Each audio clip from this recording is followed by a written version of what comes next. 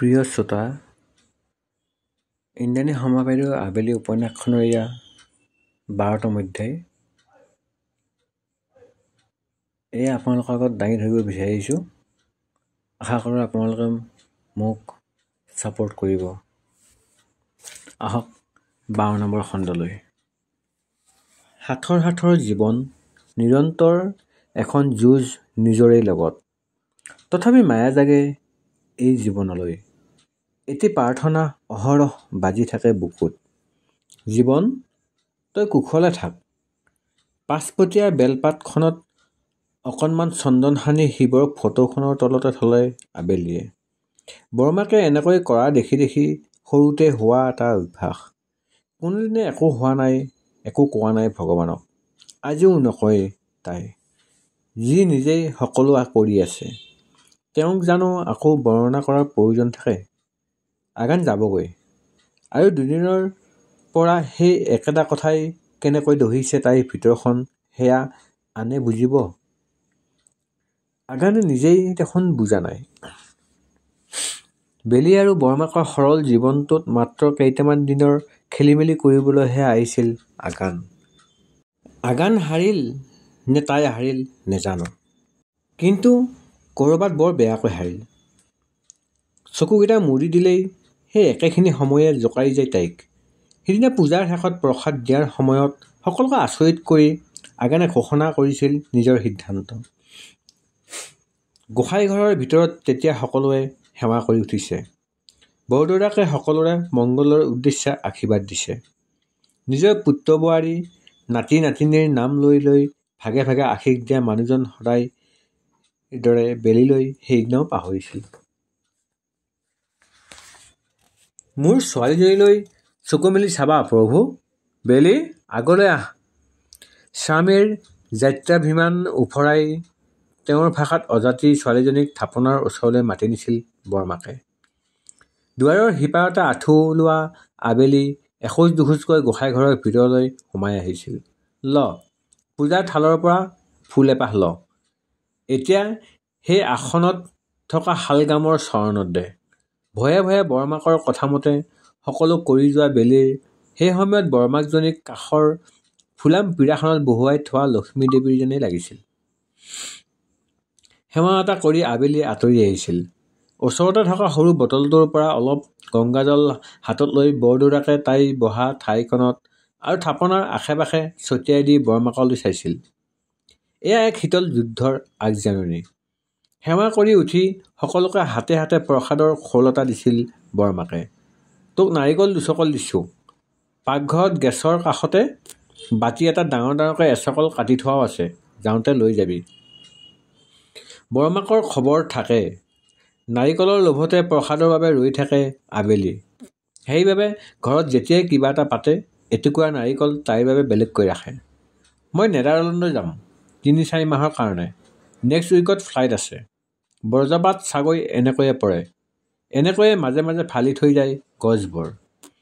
অৰঘাৰ ওচৰতে ৰৈ বৰ সহজকৈ কৈ দিয়া আগানৰ কথাষাৰে তাইকো তেনেকৈয়ে ফালি পেলোৱা যেনেই লাগিল। হাতত থকা প্ৰসাদৰ খোলটো টপককৈ পৰা পানীৰ টোপালটো আকৌ প্ৰসাদৰ লগতে গিলি থলে বেলিয়ে। ভগৱানেই দিছে, গ্ৰহণ কৰিবতো লাগিব। আবেলি আৰু বৰমাকৰ বাহিৰে আগানৰ সিদ্ধান্তত সকলো সুখী। আটাইতকৈ বেছি সুখী অৰঘা, তাৰ পাছতেই বৰদেউতাক, আগানৰ পিতৃ-মাতৃ। নিৰ্বিকাৰ বৰমাক, অবাক আবেলি। কিবা এটা কৰি যদি এই মুহূৰ্তত তাই নাইকিয়া হৈ যাব পাৰিলেহেঁতেন। আগানে তাইলৈকে চাই আছে বুলি জানিও তাই এবাৰো ঘূৰি নেচালে তাৰ ফালে। গা বেয়া লাগিছে বুলি সেই যে গুচি আহিল, তাৰ পাছত আৰু সেইখন ঘৰলৈ যোৱাৰ সাহসেই কৰিব পৰা নাই তাই। কালি আলহী যাবলৈ ওলাই তাইক মাত দিবলৈ বুলি ৰৈ আছিল।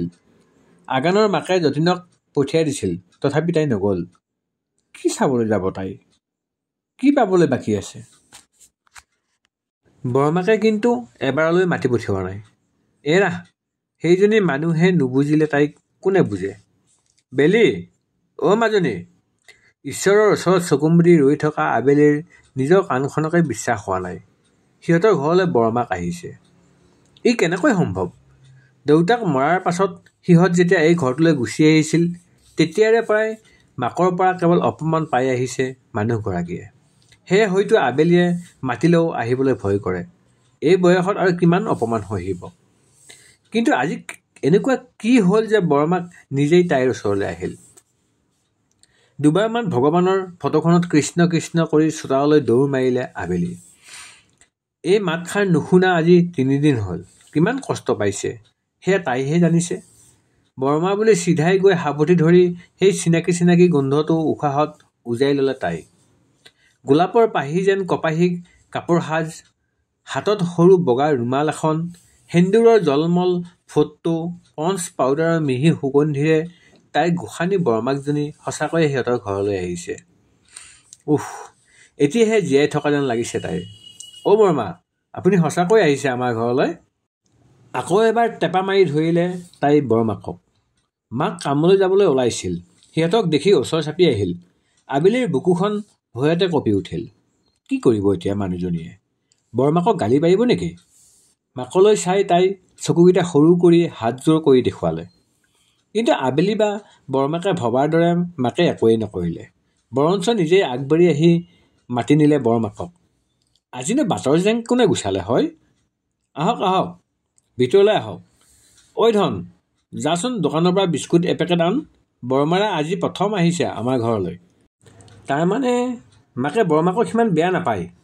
আন্ধাৰ আন্ধাৰ বেলিৰ মনটোত পোহৰ এচাটিয়ে সানিবলৈ ইয়াতকৈ আৰু বেছি কি লাগে?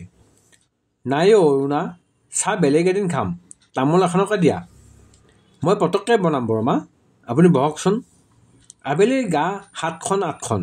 বৰমাকক মূৰতে থওঁ নে মাটিতে থওঁ এৰিয়েই দিয়া নাই। আজিলৈকে তাইক ইমান সুখী হোৱা কেতিয়াও দেখা নাই তেওঁ। ইমান আদৰক জানো নেওচা দিব পাৰি? ব'ল বাৰু, সোনকালে কৰ খালি, এফালে যাওঁ। আহক আহক। ঐ ধন, যা আকৌ, ভাল বিস্কুট দিবলৈ কবি। আবেলিৰ ঘৰখনলৈ আহি নিজৰ ঘৰলৈ অহাৰ দৰে কিয় লাগিছে অৰুন্ধতীৰ। একেই পৰিৱেশ, একেই আদৰ সাদৰ। অভাৱ অনাটনে ঘৰটো সৰু কৰিলেও মনবোৰ বহল কৰিয়েই থোৱা যেন লাগে তেওঁৰ। ঘৰটোৰ চাৰিওফালে পৰিষ্কাৰ পৰিচ্ছন্নতাই মাক জীয়েকৰ কষ্টবোৰ ধুনীয়াকৈ প্ৰকাশ কৰে। বেৰত আবেলিয়ে অঁকা কেইবাখনো ছবি, লগত তাই কুইজ, কবিতা আবৃত্তিত পোৱা প্ৰমাণপত্ৰ কিছুমান। গৌৰৱ কৰিবলৈ আৰু কি লাগে তেওঁ? তেওঁৰ বেলি সকলো ফালৰ পৰাই নিপুণ। ৰঙা মাটিৰে ধুনীয়াকৈ মচি থোৱা আলহী কোঠাৰ ৰঙা প্লাষ্টিক চকী এখন আবেলিৰ মাকে নিজেই আগবঢ়াই দিলে। চাদৰৰ আঁচলটোৰে মচিও দিছে। বহক বাইদেউ, এনেকৈয়ে চলিছোঁ আৰু তিনিটি প্ৰাণী। ঘৰটো চৰকাৰে দিব বুলি শুনিহে আছোঁ, কি হয় নেজানো। অৰুন্ধতীয়ে এই মানুহজনীক বেয়া নাপায়। স্বামীহাৰা মানুহজনীৰ কষ্টখিনি তেওঁ দেখিছে। পৰিৱেশ পৰিস্থিতিয়ে মানুহক কঠোৰ কৰে। গিৰিয়েক নোহোৱা হোৱা দিন ধৰি তাৰ ঘৰত ইটো সিটো কাম কৰি মানুহজনী বয়সতকৈ আগতেই বুঢ়ী হ'ল। আগৰ পুৰঠ মুখখন তেনেই শুকালে। ক্ষীণ দেহাটোত বয়সৰ ছাপ সুস্পষ্ট। চুলিৰ আগটো পকি উকা কপালখন আৰু যেন ডাঙৰ দেখাইছে। ভিতৰত বেলিৰ উথপ থপ। বাকচ খুলি কাঁহৰ বাতি এটা উলিয়াই নেমু টেঙাৰে ধুই ধুই চাফা কৰিছে। তাতে বৰমাকলৈ চাহ অকণ দিছে। কাঁহৰ কাঁহী এখনেই আছে সিহঁতৰ, তাকো উলিয়াই আনিছে। ভায়েকে অনা পেকেটটো খুলি 2টা বিস্কুট, এটুকুৰা গুড় তাতে সজাই দিছে। অ' বৰমা, লওক, গাখীৰ ঘৰৰে, খাওক। গৰুজনী জগা আজি 2 মাহে হ'ল। 2 খেৰমান ওলায়, তাৰে আধা খেৰ ঘৰলৈ থৈ বাকীখিনি বিকি দিওঁ। মাকে মুকলি মনেৰে কথা পাতিছে বৰমাকৰ সৈতে। ভায়েকেও স্কুললৈ যাওঁতে বৰমাকক বহক দেই বৰমা বুলি মাত দি গৈছে।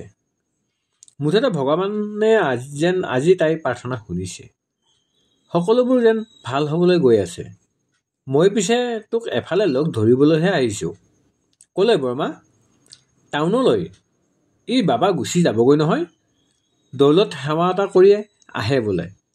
আগতে নকয় কথাবোৰ, ৰাতিপুৱাহে কৈছে। যায় মানে যাবই আৰু। মোৰ আঁঠুটোৰ পৰা নোৱাৰো বুলি ক'লেও নুশুনে। কৈছে বেলিক লৈ লোৱা, তাই তোমাক ধৰি দিব। তাৰমানে আগান যাব। আবেলি লগ ধৰিবলৈ আগানেই কৈছে। আজি ইমান দেৰিকৈ 8টা বাজিলেই দেখোন। একো নহয়, শৰাই নিদিওঁ নহয়, এনে সেৱা এটা কৰিম। আহোঁতে বজাৰ দুটামান কৰিব লাগিব। যা যা, আমাৰ ঘৰৰ হৈও চাকি এখন জ্বলাবি। নীলা চোলাটো কালি ধুইছিলি নহয়, তাকে পিন্ধি যা। তামোল কুটি দিওঁনে বাইদেউ? নেলাগে, চবাব পাৰোঁ, সৰুকৈ কাটি দিলেই হ'ব। এইটো পিন্ধি ল। এইটো কি বৰমা? প্ৰণতিয়ে মোলৈ কাপোৰ কিনিবলৈ গৈছিল সেইদিনা। মই তোলৈ কিবা এটা আনিবলৈ কোৱাত এইযোৰ আনি দিলে। বিহুত একো নিদিলোঁ নহয়, পিন্ধি আচোন। আনক কেলৈ ক'ব লাগে? আপুনি দেখোন মোক দিয়েই থাকে। একো নহয়, মই পইচা দি অনাইছোঁ। তাই ল'ব খোজা নাছিল। মই বোলো এইটো মোৰ ফালৰ পৰা দিবলগীয়া আছিল। যা এতিয়া, দেৰি হ'ব, পিন্ধি আহ। আকাশী নীলাত সৰু সৰু বগা ফুল থকা এযোৰ কপাহী চুৰিদাৰ। নতুন কাপোৰৰ গোন্ধ কিমান দিন যে পোৱাই নাছিল তাই। পিন্ধাৰ আগতে ভালকৈ গোন্ধটো লৈ ল'লে তাই। ইমান কোমল কাপোৰ থাকেনে? কাপোৰযোৰ পিন্ধি তাই বাঁহৰ বেৰত ওলোমাই থোৱা আইনাখনত নিজকে চালে। ৰংটো বৰ ধুনীয়া, একদম আকাশৰ দৰেই। নীলা আকাশত যেন বগা বগা ডাৱৰৰ ফুল। তিতা চুলিখিনি গামোচাখনেৰে মচি লৈ মেলি ল'লে তাই। কপালত সৰু ক'লা ফোট এটা, চকুৰ তলত অকণমান কাজল, ওঠত ৰদালিয়ে দিয়া লিপষ্টিক অকণমান সানি তাই ওলাই আহিল। একেবাৰে জোখত হৈছে বৰমা। ইমান কোমল কাপোৰটো, সঁচাকৈ বৰ ধুনীয়া কাপোৰযোৰ। আপুনিহে তাইক ভাল কিবা এটা দিয়ে বাইদেউ। পিছে আজি পিন্ধি বাকচত ভৰাই থবি দেই, এনেই পিন্ধি নষ্ট নকৰিবি। মাকে কাপোৰযোৰ হাতেৰে পিটিকি মোহাৰি চালে। যাওঁ অৰুণা, কেতিয়াবা পাক এটা মাৰিবা। ঘৰত সোমাই চাকি ধূপখিনি লৈ লওঁ ব'ল মাজনী। ফুল বেলপাত কেইটামানো পলিথিনত ভৰাই থৈছোঁ। বাবা ৰৈ আছে নহয়। ঘৰৰ পদূলিমুখত বৰমাহঁতৰ গাড়ীখন ৰখাই থোৱা আছে।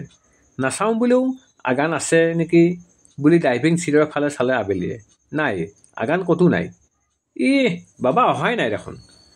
আমি দুজনী টেম্পুতে যাওঁ ব'লা। পাছত কোন আহে আহি থাকিব।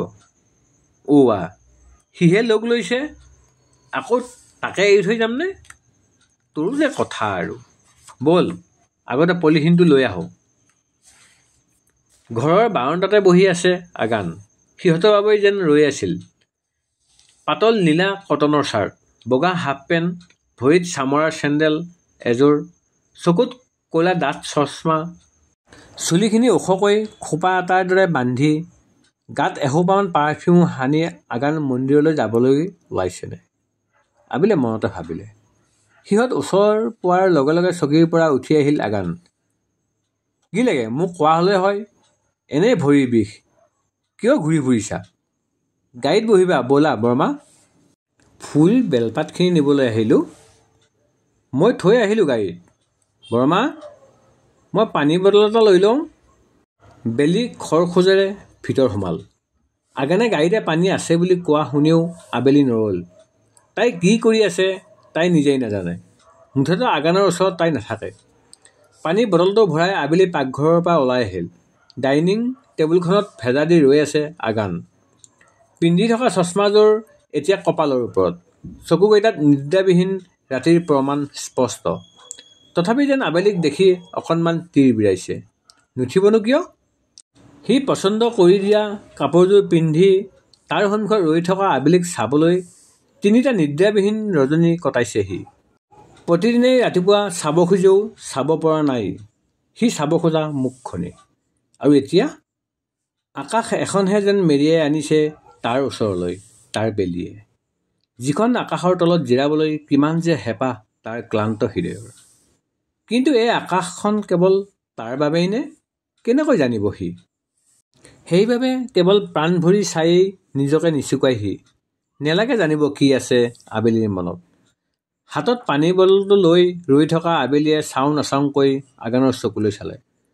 কথা নোকোৱা চকুযোৰ আজি কথা ক'বলৈ ইমান ব্যাকুল কিয়? কি ক'ব খুজি বাৰে বাৰে ৰৈ গৈছে আগান। একো কোৱা নাই কিয়? বেলি বুলি মতা নাই কিয়? কি হ'ল? সুধিয়েই পেলালে আবেলিয়ে। নোৱাৰি সহিব সেই নীৰৱ অথচ মুখৰ সময়ৰ আমনি। ভয় লাগে তাইৰ। মূৰটো লাহেকৈ জোকাৰি মাত্ৰ একো নাই বুলি বুজালে আগানে। তথাপি তাইৰ ওচৰ চাপি আহি হাতৰ পৰা বটলটো লৈ টেবুলত থলে। বেলিৰ চুকৰ কোণত থুপ খাই থকা কাজল অকণমান নিজৰ অনামিকা আঙুলিত লগাই তাইৰ সোঁফালৰ কাণখনৰ তলত সানি দিলে। নজৰ লাগিব। কাৰ? মোৰ। আবেলিৰ তিতা চুলিখিনিত হাত ফুৰাই চশমাযোৰ পিন্ধি আঁতৰি গল আগান। এই মুহূৰ্তত যি সমস্ত সত্তাজুৰি বিয়পি যায় সেই একান্ত নিজৰ অনুভৱটোৰ নামেই যে ভালপোৱা।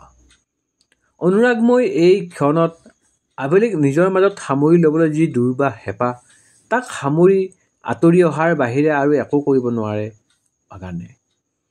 এই ভালপোৱা প্ৰাণৰ আত্মাৰ তাৰ আৰাধ্য মহাদেৱৰ আশীৰ্বাদৰ প্ৰতিৰূপ। ৩ দিন ধৰি ৰৈ ৰৈ কঁপা বুকুখনত এটা মুকলি উশাহ গুজি গাইলৈ খোজ ললে আগানে। তাৰ ওপৰতে দৃষ্টি ৰাখি ৰাখি পিছে পিছে আবেলি। এই ভালপোৱাৰ নাম কি? তোমাৰ হৃদয় মাজাৰ ৰাখিব চেৰে দেবনা। ওৰে চেৰে দিলে সোণাৰ গৌৰ আৰটো পাবে না। ক্ষপা চেৰে দিলে সোণাৰ গৌৰ আৰটো পাবে না না না চেৰে দেবনা। এয়া আছিল ইন্দ্ৰাণী শৰ্মা বাইদেউৰ আবেলি উপন্যাসখনিৰ ১২তম অধ্যায়। ধন্যবাদ।